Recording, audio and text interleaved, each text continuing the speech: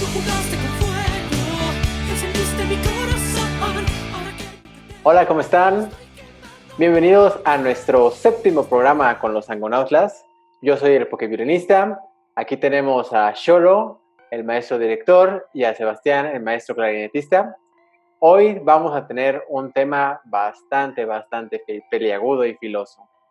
Vamos a hablar de Antonio Gomezanda. ¿Quién era Antonio Gomezanda? Antonio Gomezanda nació en Lagos de Moreno el 3 de septiembre de 1894. En 1907 se va a la Ciudad de México a estudiar medicina, muy joven, y luego entra al Conservatorio Nacional de Música, donde sus maestros son nada más y nada menos que Manuel María Ponce y Julián Carrillo, del cual se logra titular en 1912 con solo 18 años, la edad en la que Ponce entró al conservatorio, de hecho. Y gracias al apoyo del maestro Vasconcelos, una gran figura nacional, tiene la oportunidad de viajar a París, donde la intención primera era estudiar con Eduard Riesler, pero en palabras de Gomezanda, dice, se interesó por mí y me manifestó el deseo de aprender mi sonata. La serenata mexicana le encantó y me hizo tocarla 3 veces. El talento, al parecer, de Gomezanda era más que brutal, ya que el propio Riesler le crea un concierto en la sala EGAP, donde hace su debut en 1920 con 26 años. Esta sala, pues, no digamos que es una sala importante a nivel mundial, pero muchos pasaron por esta sala. Claude Debussy se estrenó en esta sala, el Gaspar de la Nuit de Ravel, Chausson también estuvo por aquí en esta sala. Entonces, puro grande pisó esta sala y orgullosamente Gomezanda. Pero, ¿qué pasó? ¿Por qué nadie conoce a Gomezanda? Vamos a empezar por ese punto este día. ¿Alguien quiere decir su Yo quisiera historia? comenzar, yo quisiera comenzar porque sé que Sebastián se va a poner filoso el día de hoy. Honestamente, yo ya conocía algunas cosas de Gómez Anda, ¿no? Las estudié hace tiempo, hace mucho tiempo. Sin embargo, esta propuesta que hace Sebastián del ballet Shuitzkilo, espero haberlo dicho bien, que sí está, el nombre este está pesado. Sí. Me parece una genialidad, ¿no? Sí, efectivamente, el Gómez Anda, el Gomi para los cuates, el Gomi, pues era un niño virtuoso, ¿no? Ya Sebastián nos habló un poco, era otro chamaco virtuoso de esos que ya casi no hay, o que sí hay, pero a lo mejor no están encausados de otra forma. Pues la verdad es que esta cuestión del ballet me pareció fenomenal. De verdad, primero conocí la parte orquestal, ¿no? Que tenemos, bueno, que está en la plataforma, una de las plataformas que tenemos de música. Y Sebastián, bueno, también nos hizo llegar la parte de un disco, ¿no? De su blog. Entonces, me pareció muy interesante, pero creo que más que escucharla a estas alturas de mi vida, sí necesito una partitura para saber de qué se trata, ¿no? Fue muy atractiva desde un punto de vista, al escuchar la partitura. Ya después cuando Seba sube la parte con piano, ¿no? Porque la parte orquestal pues está un poquito difícil de conseguir, ahorita vamos a hablar por qué. De verdad que me parece muy una composición que justamente es lo que decía Pedro al inicio. ¿Quién es Gómez Anda, no? ¿Por qué no se está ejecutando este ballet? Se puede ejecutar como una suite, bueno, como una obra de concierto sin la necesidad de la pantomima, sin la necesidad del coro, porque también lleva un fragmento ahí por ahí, un corito mixto. A mí me conquista mucho la danza de la muerte. De verdad, es una cosa, una escritura preciosa, una cuestión armónica preciosa, encantadora. Yo sé que estos términos de valor que estoy dando no existen en la música o no se deben existir, pero la verdad es que es de buen gusto. De verdad que la danza del amor es de buen gusto, la danza de las mujeres, el fagot, qué fagot para la danza de las mujeres, la danza de los hombres, muy buena. La verdad es que es una cosa bien padre. Y justamente, tristemente, mejor dicho, es uno de esos compositores que no se conocen, porque ya nos dirá Sebastián, porque ya entraremos en controversia. Y yo solamente quiero decir que a estas alturas en las que se debe conocer de todo la tecnología, un dato bien interesante que me gustó en esta investigación que hice es que la Sociedad de Autores y Compositores de México no cuenta en sus páginas con un registro del autor. O sea, ni por error, y siendo la máxima autoridad en México de los compositores, ya sea que exista familia, no familia, lo ingresen o no, creo que la investigación acerca de estos compositores debería ser primordial porque son los cimientos de nuestro país y los cimientos de la composición. Entonces, como verán, la SAC no tiene registro alguno de Gómez Anda ni de sus obras. También entiendo por qué, lo vamos a comentar, pero creo que aquí el que empieza con la controversia es Sebastián, que bueno, ahora sí ya lo voy a dejar hablar. Va. Un saludo a todos nuestros amigos y amigas. Bien, yo voy a hablar sobre pues un poco de controversias, ya que, bueno, yo fui quien propuso este tema y ustedes pues me hicieron parangón. Bien, yo a Gómez Anda tiene como unos 5 o 6 años que, no, yo creo que más, porque recuerdo un blog de música mexicana de concierto, de un tal Javen, que lo conocí por ahí del 2008, y era un disco de Gómez Anda, y ni jodida idea quién era este tipo, lo descargué, lo escuché y me quedé fascinado, pero de ahí empezó pues poco a poco mi investigación sobre este compositor, y siempre fue se me hacía muy extraño porque no hubiese biografía, muy limitadas el acceso a sus partituras. Cuando me fui a la Ciudad de México iba a la Biblioteca de las Artes o a la Cuicamatini, igual tienen partituras pero en fondos reservados, o sea que los estudiantes no pueden tener acceso a ellas. Y dice, bueno, ¿cuál es la razón de hacer estas purgas o de estas restricciones? O sea, como si ver estas partituras te sacaran sangre de los ojos, ¿no? Pero bueno, el punto es que hablando un poco de la vida de este compositor, pues como ya bien dijiste, Pedro, él fue un niño virtuoso, estudió con Manuel M. Ponce, si bien él estudió en el conservatorio, pero realmente él estudió más con su pupilo particular, porque Ponce también estaba entre la educación pública en el conservatorio y cierta educación privada. Y dentro de esa educación privada, pues Gómez Anda resultó ser el mejor alumno de todos los que pasaron por la mano de Ponce. Dentro de ellos también estuvo Chávez, pero la verdad es que Chávez, a comparación del talento de Gómez Anda, sí se quedaba muy corto. Al menos como pianista, como pianista sí estaba muy corto Chávez. Entonces se va a Berlín, por ahí de 1922. Y en esta época es donde conoce a dos personas que marcarían fuertemente en su artisticidad, que es Richard Hagel, que era uno de los directores de la Filarmónica de Berlín, y el otro es Ferruccio Busoni, ese es un poco más conocido, los pianistas, vaya que sí lo han de ubicar a Busoni. Y bueno, o sea, las ideas que Busoni le transmitió a Gómez Anda, ya que Gómez Anda fue alumno de él en la Academia Prusiana de Artes, que entonces era prácticamente la escuela más prestigiosa de artes en Alemania. Pues está toda esta, pues sí, de ir hacia las raíces, lo más endémico de las identidades de las naciones. Y pues Gómez Anda en esta época escribe La Fantasía Mexicana para piano y orquesta, y que también esa fantasía la estrenaría con la Filarmónica de Dresde, él como solista, a raíz de, pues, desde las ideas que Busoni le dio a Gómez Anda, porque Busoni tiene una obra que se llama Fantasía Indiana, nada más que en otro contexto o sea, la música hindú, claro, muy imaginario todo este asunto, pero, o sea, el chiste es ir hacia algo más, pues más de la tierra, ¿no? Y de Gómez Anda, vaya que sí tenía eso muy, muy impregnado, el folclore jalisciense fue algo que él hizo galas, siempre estuvo orgulloso de esas raíces, y muchas de sus composiciones tienen pues ese gusto, esa ranchería de lo que es del occidente de México.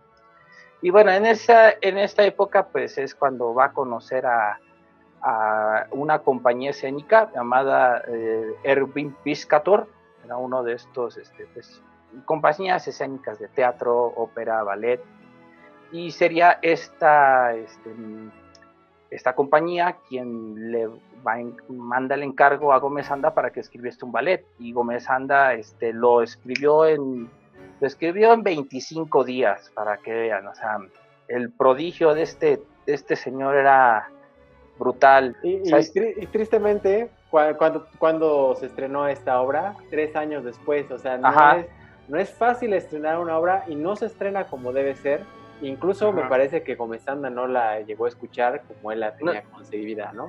Pero antes de hablar del subtítulo, te pregunto, ¿qué piensas del trato que se le da? O sea, ya la vida que has contado es increíble, de verdad, es la vida de un músico que yo creo que todos quisiéramos tener, ¿no?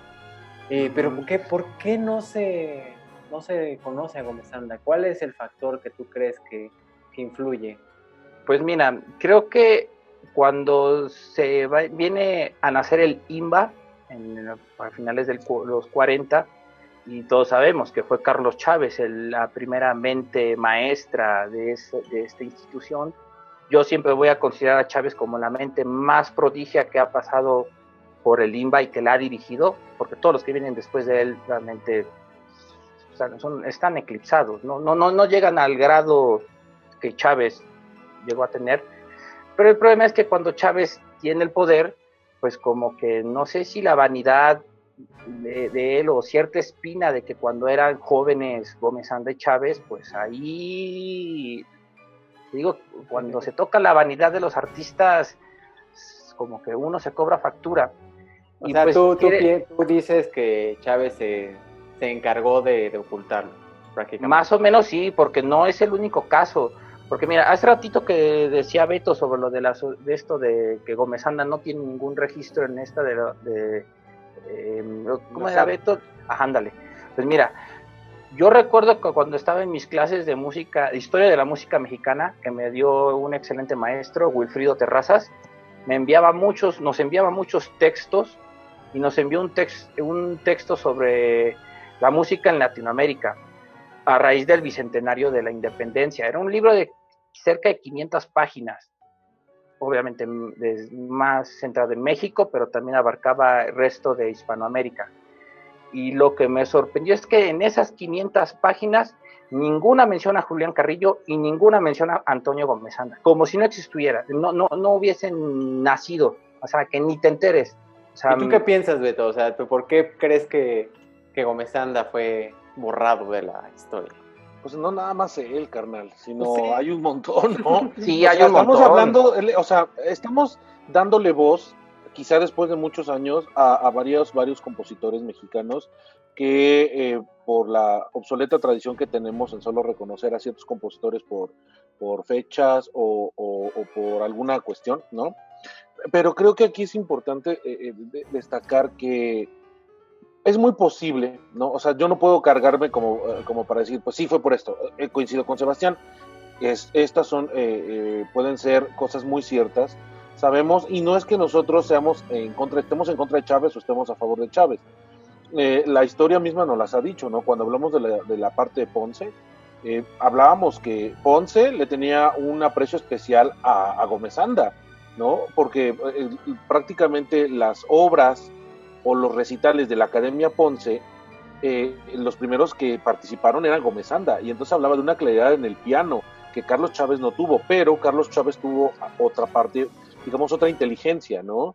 El poder ser políticamente correcto para poder diseñar un Instituto Nacional de Bellas Artes, una Sinfónica de México, un Conservatorio Nacional de Música, ¿no? O sea, yo creo que aquí, como dice Sebastián, es cierto, la vanidad entre los artistas es tremenda. Eso es lo que nos está acabando, en primer punto, ¿no? O sea, la competencia, en vez de decir, oye, pues igual tengo un compañero flautista chido, ¿no? Güey, podemos hacer, empalmar y podemos hacer un montón de proyectos. Creo que los compositores también por esta parte, cuando obviamente les tenían todo el pastel completo, pues sí, a veces la vanidad era como, no, pues voy a tratar de que me toque la mejor parte para que todo me toque a mí, ¿no? Y hubo esta rivalidad con Chávez y Revueltas, ¿no? Por cuestiones históricas que a lo mejor, el problema de redes, ¿no? O sea que era un proyecto de Chávez, que después, bueno, por cuestiones políticas y por cuestiones de otra índole, a Revueltas le toca, entonces Chávez se enojó hasta con el director, entonces es una cosa bien interesante. Yo considero y podría decir que estoy pensando esta parte, sí, la vanidad el ego entre músicos, y creo que también una parte importante es si esta rivalidad que seguramente se tuvo que haber dado en algún momento, ¿no? Tener una personalidad como Chávez y Gómez Anda bajo la batuta de Ponce, pues sí, seguramente fue algo que dolía, ¿no? Algo que estaba ahí latente. Bueno, lo dejamos a su consideración un poco para que piensen qué ha pasado con nuestros compositores, con nuestra música. La historia de Gómez Anda es increíble, de verdad, échenle un vistazo. Nosotros les podemos dar un poco de información, sin embargo, no terminaríamos de contar las grandes cosas que hizo, ¿no? Vamos a pasar al Chutzitsilo. Chutzitsilo. Chutzitsilo. Salud. Salud. Sí, eso. Bueno, supongo que alguno de ustedes nos puede comentar el argumento. Sin embargo, les quería comentar un poquito de la historia de nuestro querido México. Como bien es sabido, cuando llegaron los españoles se sintieron horrorizados cuando vieron los sacrificios que hacíamos en las pirámides, lanzábamos cabezas por las ¿Qué gays eran también, ¿no? O sea, sí, no aguantan nada. Hay exageraciones, digo, hay como en todo, el ritual parte de verdad. De lanzar las cabezas y los cuerpos sobre las eso sí, era cierto. El echarse un pozolazo también. El echarse un pozolazo de carne humana también era cierto. Pero bueno, rápidamente les voy a narrar la leyenda del Quinto Sol. El Quinto Sol es, por así decirlo, el renacimiento de nuestra cultura, de nuestra gente, de nuestro pueblo en sí. Había habido civilizaciones anteriores, que son los otros 4 soles con los cuales nos vamos a meter, pero cuando llegan los aztecas, pero que realmente deberían ser llamados mexicas, al Valle de México, llegan y encuentran una ciudad abandonada, una ciudad milenaria que nadie sabía y que nadie sabe a la fecha de dónde venían los teotihuacanos, ni qué idioma hablaban, pero ellos dijeron, aquí habitaron los dioses. En esta ciudad magnífica, donde las pirámides, y empezaron a hacer recuperaron parte de la cultura, y para ellos, en este lugar, que es Teotihuacán, se reunieron los dioses antiguos, en el cual estaban diciendo, bueno, ya se acabó los otros 4 soles, vamos a crear una nueva raza de hombres, y para crear estos hombres, había 2 dioses importantes. Uno era Nanahuatzin, y el otro era Teocistecatl. En este desastre se tenían que lanzar a una pira de fuego para ver quién iba a iluminar la tierra. En uno de esos, Teocistecatl era medio mamoncito, por así decirlo, y estaba así, no, que yo voy primero, que quién sabe qué cosa, y le dicen a Nanahuatzin, no, pues sí, échale, compadre, y güey, no, pues que sí voy. O sea, el famoso Don Vergas. Sí, el Don Vergas.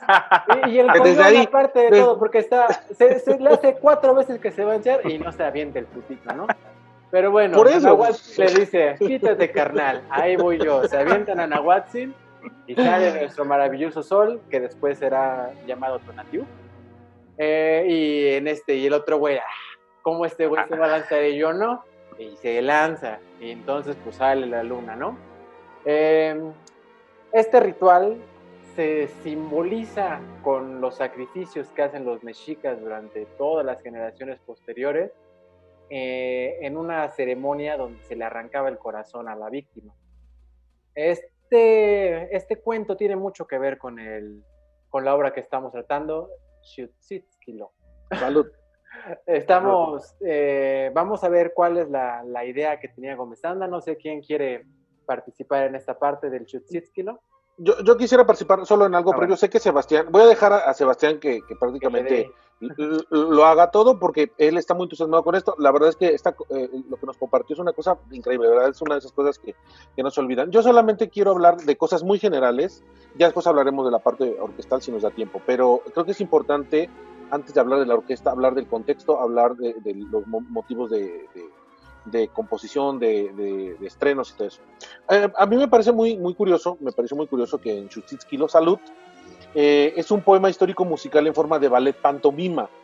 Para los que no recordamos bien qué es una pantomima, lo busqué para darle un poco más de claridad al asunto, y la pantomima es una representación teatral en la que los actores no se expresan con palabras, sino únicamente con gestos. Entonces aquí fue como mi pregunta, dije, bueno, es un ballet, el ballet no lleva palabras, ¿no? O sea, el ballet son generalmente movimientos, pero ballet pantomima entonces es como una redundancia, ¿no? No sé si a lo mejor se refiere a la pantomima justamente por el hecho de como fingir un poco a lo mejor ciertos movimientos como los de los sacerdotes, como los de las damas, la parte del canto que a final de cuentas no hablan, o sea, no dicen un texto en el canto, sino solamente dicen ah, ¿no? Y así está marcado en la partitura. No sé si eso sea la parte de la pantomima, pero pantomima y ballet prácticamente vendrían siendo como carnales, ¿no? Pues nada más comentar esto que me parece muy interesante, que Sebastián ya nos va a hablar del argumento del estreno, que pues estrenará en Berlín, y que obviamente pues existen diferentes versiones orquestales o de orquestación, ¿no? Y con eso voy a decir, Sebastián, adelante. Gracias, Beto. Bien, antes de iniciar con lo del argumento, eso lo de ¿por qué el ser redundante lo del ballet pantomima? Yo creo, digo, porque no he encontrado ni imágenes del estreno, no hay nada, no hay nada. Pero es que mira, es de los años 20 y haz de cuenta que para ese entonces era todavía muy pionero que el ballet, bueno, los bailarines ya estaban sin las puntas. Ya es que esto lo de las puntas es muy pues del ballet clásico. Y si no mal recuerdo, fue por ahí de una bailarina estadounidense llamada Isadora Duncan, la primera que dijo a la chingada con las puntillas y descalzas. De ahí yo creo que fue uno de los, pues sí, de modernización en la danza. Y a lo mejor pues por el argumento que te vas a decir y por pues sí todo el contexto de que trata la obra, pues sí, ¿para qué chingadas vas a ir con puntitas para ir a hacer tus sacrificios? Claro, pues es que no representaba cuestiones ya de danzas rituales en diferentes partes del mundo. Estamos hablando de ballet clásico y para las representaciones o rituales o todo esto, pues ya no podrías ir de puntitas, aunque después de puntitas te pueden mandar a cualquier lado, ¿no? Todavía se sigue haciendo. Pero aquí en esta parte creo que sí es importante comentar que ya los movimientos corporales ya no son tan finos, sino ya son, justamente es la parte de la pantomima, creo que ya estoy entendiendo un poco cómo va este asunto. Entonces, bueno, adelante. Sale, pues bueno, yo creo que ya pues ahora. A ver, sobre el Schutzitskilo, no sé si lo dije bien, ¿eh? Pues mira, esta es una obra que aproximadamente en el siglo XIV.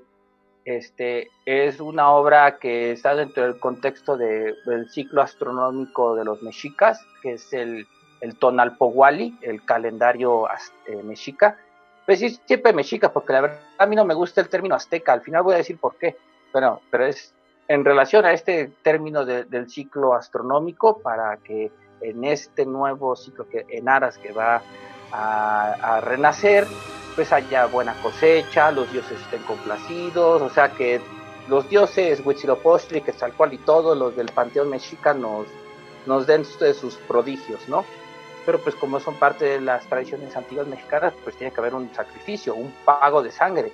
Entonces, esta es una obra donde pues está claramente implícito esto de que es un ritual en el cual a un prisionero le van a sacar el corazón y de el corazón que le sacan va a brotar este fuego nuevo. Y bueno, esto es algo que se desarrolla en el Cerro de la Estrella en Iztapalapa.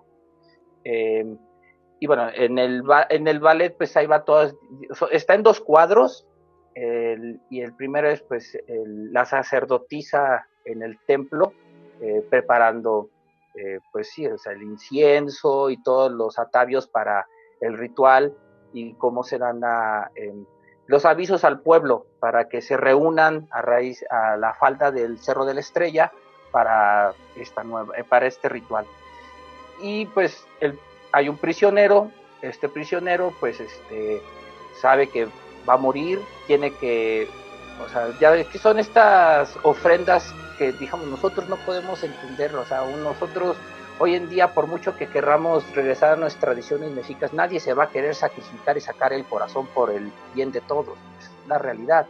Entonces esa concepción de que voluntariamente, o bueno, saber que tu destino es morir en el cerro y de tu cuerpo va a salir el fuego nuevo que nos va a traer la luz para todo el pueblo, pues no, y eso ya para nosotros no es así.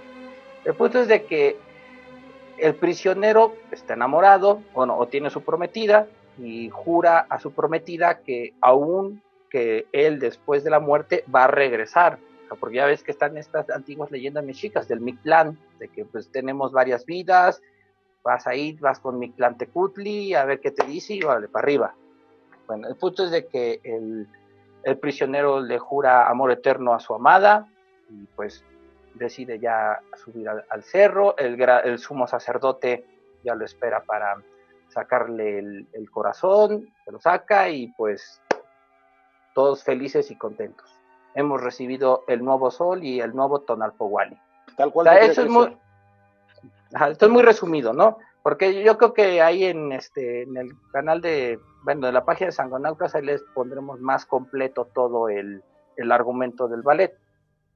Ahora, esta obra cuando se estrenó fue en una versión de cámara. O sea, fue una versión para pícolo, oboe, trompeta, timbales, más percusión y piano. El propio compositor Gómez Anda estuvo él tocó el piano en el estreno. Y haría otras versiones del propio Xutzitsquilo, que sería una para banda militar y otra para orquesta sinfónica. No he encontrado yo ninguna referencia de que esta pieza ya aquí en México, si se haya tocado en tiempos de que Gómez Anda estuviese vivo, y seguramente la coreografía pues menos. Es la realidad. Quien rescató esta obra, bueno, sí es válido decir eso, fue su alumno Jorge Velasco, que es el de la grabación que vamos a recomendar a nuestros amigos, y él la rescató para un festival panamericano que es de 1980 en Centro Kennedy. Ándale. Y de ahí él la trajo para interpretar en una temporada de conciertos de la UFUNAM como pieza de concierto y ahí se acabó. Nunca más a volver a Y se acabó el Fuego Nuevo, ya. Exactamente. Ya se estrenó esto, ya. Ya renacimos. A hacer. Ya renacimos, esperémonos hasta otros 52 años, ¿no? Esperémonos otro tanto y ya vemos si la hacemos otra vez. No, es increíble el trato que se le ha dado a esta obra, de verdad. Ahora tomen muy en serio la recomendación, vayan al enlace en la descripción, escuchen el Xutzitsquilo, descárguense el disco que está en el blog de Sebastián, porque de entrada no van a encontrar ninguna otra grabación. En el disco vienen otras obras de Gómez Anda, que tampoco hay otra grabación. Entonces vayan, infórmense, por favor, no sé cómo pedírselos, porque es importante para nosotros como mexicanos. Es muy, muy, muy importante que se rescaten estos compositores. Y además, también quiero comentar que la recomendación de Pedro es muy válida. Y también, señores o jóvenes, quien nos vea y quien le interese, no va a haber otros 3 ejemplares de hombres como nosotros, así guapos, formales, que van a hablar acerca del ballet. O sea, honestamente, si no lo han hecho en cuántos años, ¿por qué lo van a seguir? ¿Por qué lo van a hacer si no la conocen? Toda la biblioteca musical de Gómez Anda la compró, la tiene la Universidad de Northwestern de Chicago, Illinois, y pues obviamente esto es una pérdida nacional, ¿no? De patrimonio nacional. Si bien la maestra Eugenia Revueltas no permitió que la música de Revueltas fuera comprada por Estados Unidos, porque ella dice, ¿no? Es que es música de mi papá y es México, y mi papá es México, ¿no? Del Sudeste.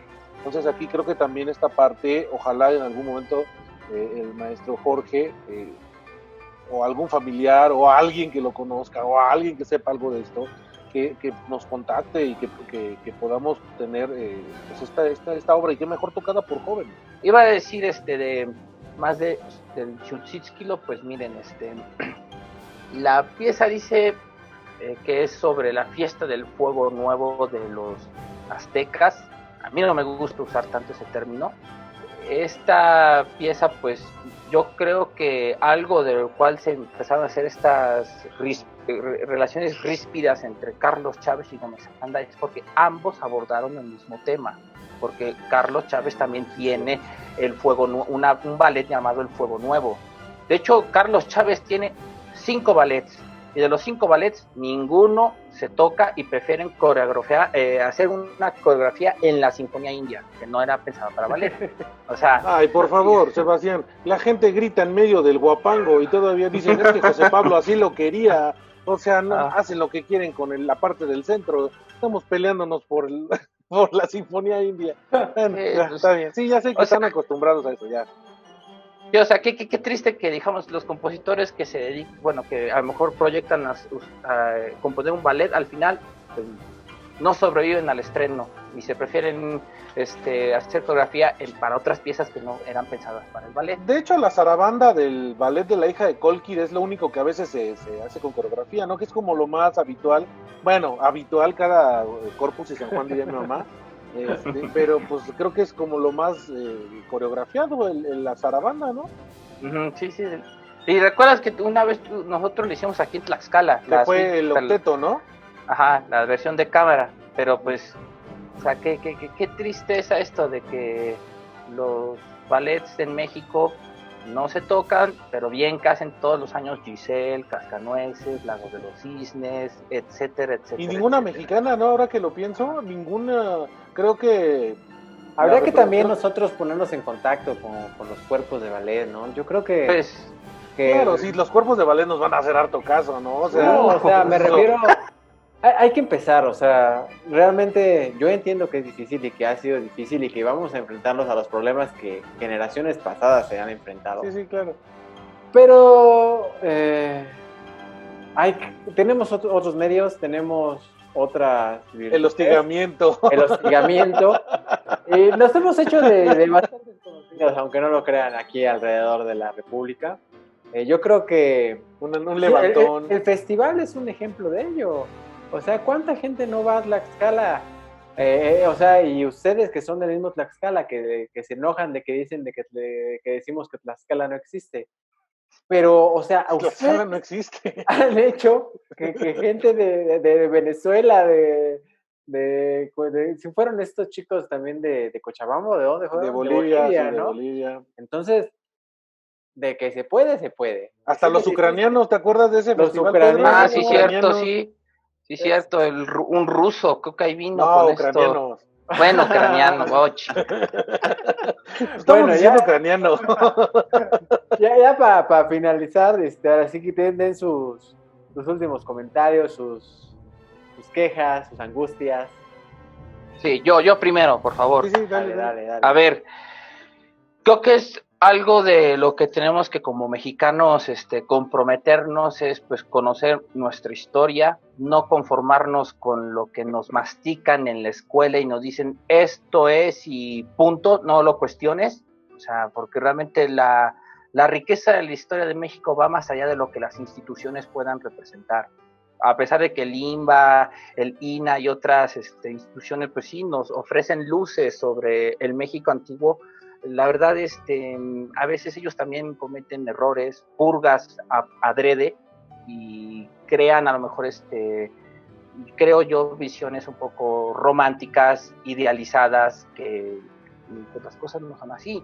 Yo digo esto porque, mira, ahora les voy a decir por qué no me gusta el término azteca, porque los aztecas nunca existieron, o sea, fue un invento del siglo XVIII. Los jesuitas del siglo XVIII, al momento de querer escribir la historia de México, ligándola de lo que era México antiguo, la conquista y los 200 años del virreinato y para adelante, pues tuvieron que querer dar una historia arqueada que fuera congruente y como pues el origen era pues esto, lo del mito de Aztlán, o sea, de ahí se supone que se agarró el término para dar azteca. Y yo lo más que he llegado a investigar, el primero que lo usó, o al menos la primera referencia que yo sé es la del padre Francisco Javier Clavijero.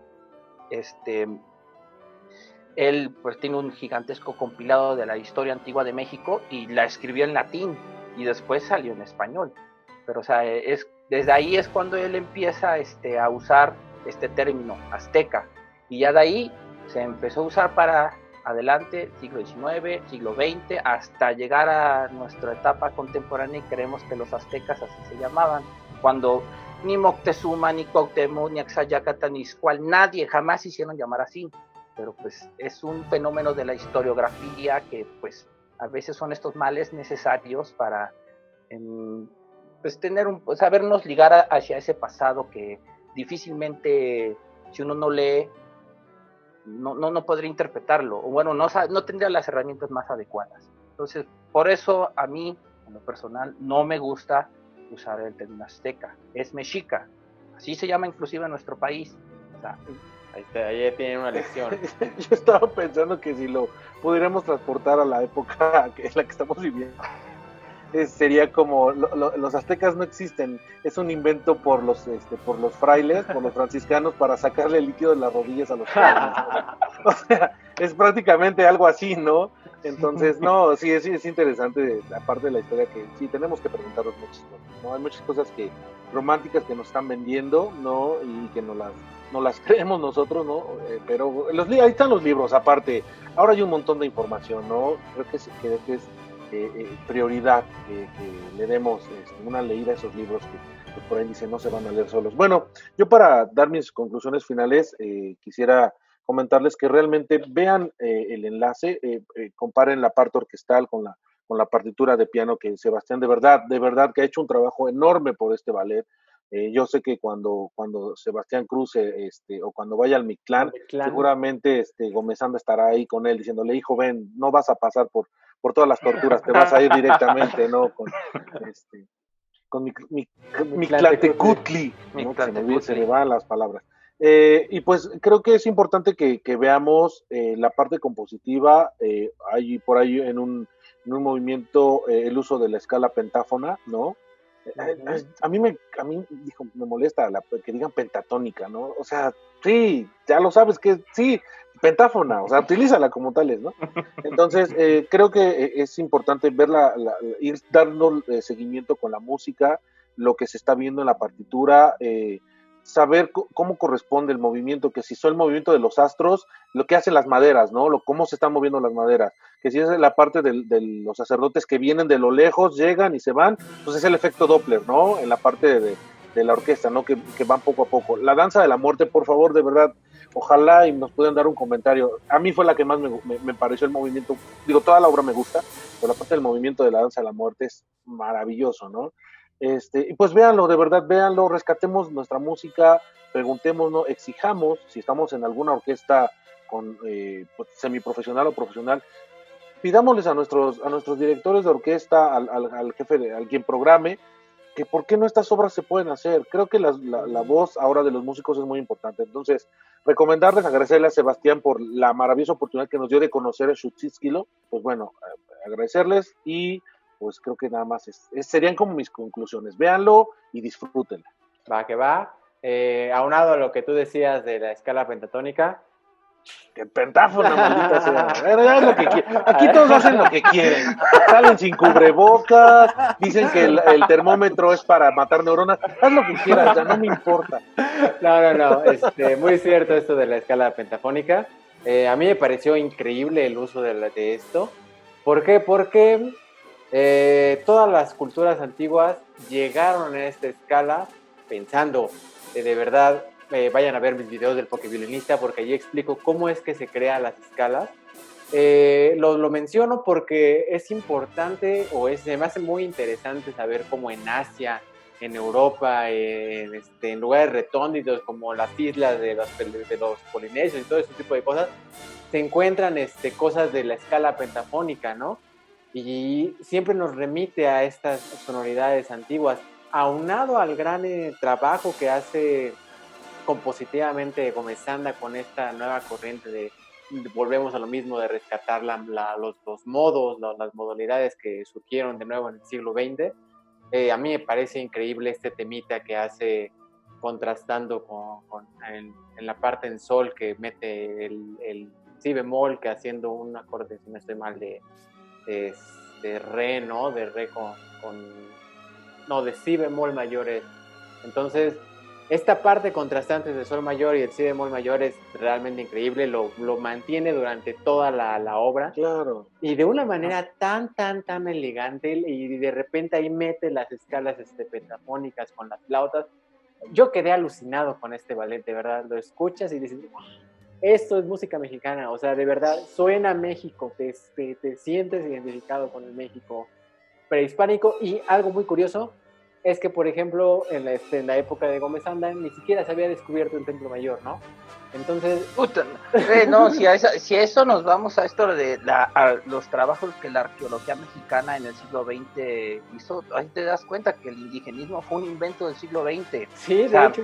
O sea, si te das cuenta que Teotihuacán se abrió al público en 1910, Uh-huh. las cavernas de Montalbán en 1932, Tula en 1950, Cacaxtla en 1975, igual Bonampak fue a mediados del siglo XX. O sea, hay un montón y de... para los que nos ven de otros lugares, o sea, son cerros que no, que, o sea, que a simple vista los podrías ver y que estaban cubiertos por la maleza, ¿no?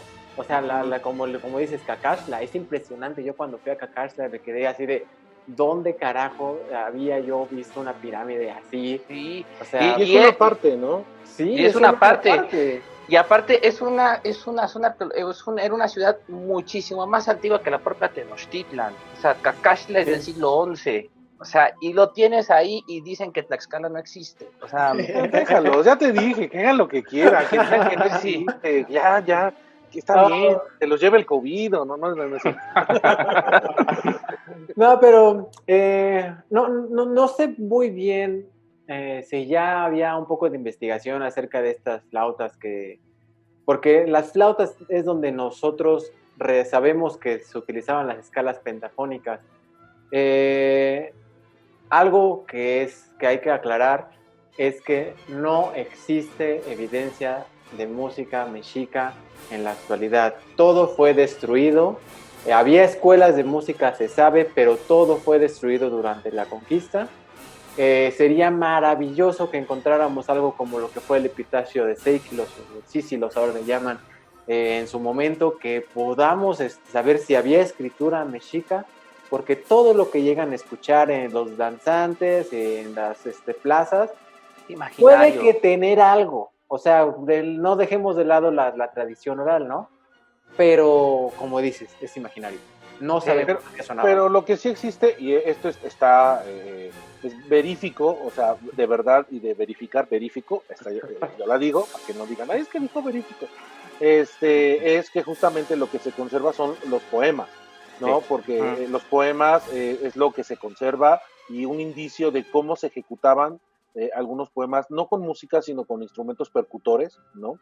Entonces, sí, claro, no existe una partitura, ¿no? O un compilado de cómo se hacía, ¿no?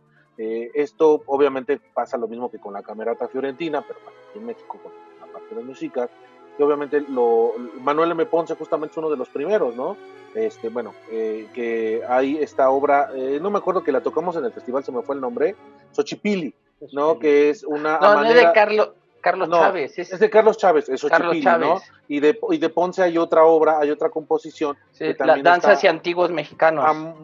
Que obviamente en la partitura dice, bueno, como un imaginario de la música azteca, en el Xochipilli así aparece, de Carlos Chávez.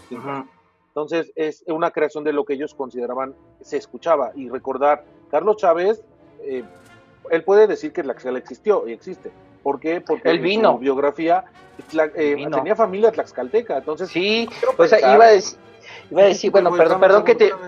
Sí, espérame, no voy a decir lo que vas a decir, pero sí veo que estás así, espérame, para que lo digas con gusto. Sí, o sea, yo lo que quiero decir es que a mí me hace pensar que mucha de la concepción indígena que él tomó, justamente fue de la parte de Tlaxcala, de sus visitas de niño a Tlaxcala, ¿no? Bueno, así Sebastián. Sí, bueno, perdón Beto por haberte interrumpido. Dale. Bueno, es que mira, es que sí, totalmente lo que dices, Carlos Chávez tenía, no sé si familia o propiedades, pero mira, cuando Aarón Copland vino por primera vez aquí a México, vino a Tlaxcala y se hospedó en Tlaxcala 2 semanas. ¿Y por qué? Porque quería vivir de la manera más directa, no exactamente el mundo indígena, pero pues sí toda esta mezcolanza. La parte del campo, claro, sí. La parte del campo. ¿Y qué pasó cuando vino a Tlaxcala también con un gobernador? Vino los Clinton y dieron uno de los discursos, y uno de los discursos que se avienta el presidente en turno, que ahora está dirigiendo Canal 22, Álvarez Lima, se avienta uno de los discursos más importantes y más claros que han existido en el gobierno de Tlaxcala, ¿no? Y junto a los presidentes, que a final de cuentas, bueno, salen con sus máscaras de fuego y todo esto, pero es importante saber que Tlaxcala es una parte fundamental del indigenismo, que yo sé que es un invento o no, pero bueno, vengan a Tlaxcala, o sea, también los invitamos a que vengan y vean las cosas que nosotros vemos a diario. Sí, mira, haciendo prengón más a lo que dice, yo recuerdo cuando tenía 9 años, por ahí del año 2000, recuerdo, vinieron aquí los reyes de España a Tlaxcala cuando restauraron el ex convento de San Francisco. No fue el INA quien lo restauró, no, fue el gobierno de España. O sea, ¿por qué los de España van a restaurar el convento de San Francisco? ¡Ta madre! Sí, pues es que mira, ya luego hablaremos de Tlaxcala. Vamos a ver que Tlaxcala, las autoridades culturales no han hecho nada. O sea, perdón, es cierto. Todo lo que hacemos de arte somos independientes y gente que nos gusta hacer esta parte y que tenemos tiempo para hacerlo, ¿no? Pero es cierto, o sea, Tlaxcala tiene mucha tradición histórica, cultural. Pero ¿quién está cimentando eso? Los artistas. Y perdón, no he visto algún artista que esté en el ITC que esté realmente haciendo su chamba. No lo hay, ¿no? Si no es por cuestiones políticas. Pero bueno, no hablamos antes de que eso, nos censuren, sí, por favor. Vamos a mejor quedarnos callados por ahora. Algún día vamos a hablar de Tlaxcala a largo y tendido. Sería muy interesante que nos ayudaran con sus comentarios a decirnos de qué les gustaría que habláramos. Obviamente hay compositores tlaxcaltecas, obviamente hay historia de la música en Tlaxcala. Sería muy interesante rescatarla, pero a la vez es muy importante empezar a contribuir a la cultura y el crecimiento de un estado que está tan abandonado como es Tlaxcala. Entonces, vamos a... no sé si quieren decir algo más. Más que nada, suscríbanse, ya saben, está la campanita. Sí. Pues más eso de que pues ojalá nuestros amigos y amigas les haya agradado el programa de esta ocasión, ya que como todos los anteriores y los que vengan los hacemos con mucho gusto. En verdad sí le ponemos mucho corazón y pasión a estos Peña conversatorios. Nieto, tu corazón de Pedro, no manches, sí. No lo hagas. me acordé del presidente del copetón. Perdón, Sebastián. Entonces, pues sí, o sea, de que pues si nos tienen algunas dudas, sus comentarios serán siempre bienvenidos y pues que nos sigan nosotros aquí en los Sangonautlas. Eso. ¿Algo más quieres decir, Beto? No, pues nada más, creo que ustedes lo han dicho muy bien, suscríbanse, ya saben que como dijo Sebastián, lo hacemos con mucho gusto, de verdad lo hacemos con mucho gusto, y nos ponemos a investigar, no crean que esto es como improvisado, sino nos damos una semana para estar investigando, y pues a mí me gustaría que siguiéramos retomando música de compositores que se han olvidado o que los han olvidado. Entonces suscríbanse. Estamos por terminar nuestra primera temporada, ya les tendremos más sorpresas para la segunda temporada, que ya salieron también otras sorpresas por ahí, hay otras noticias muy buenas, entonces pues sigamos haciendo una comunidad sangonáutica muy grande. Claro que sí, se vienen muy buenas cosas, ya estaremos informándoles de todo esto. Pero bueno, muchachos, cuídense mucho, pues nos estamos viendo en la siguiente edición. Adiós. Bye.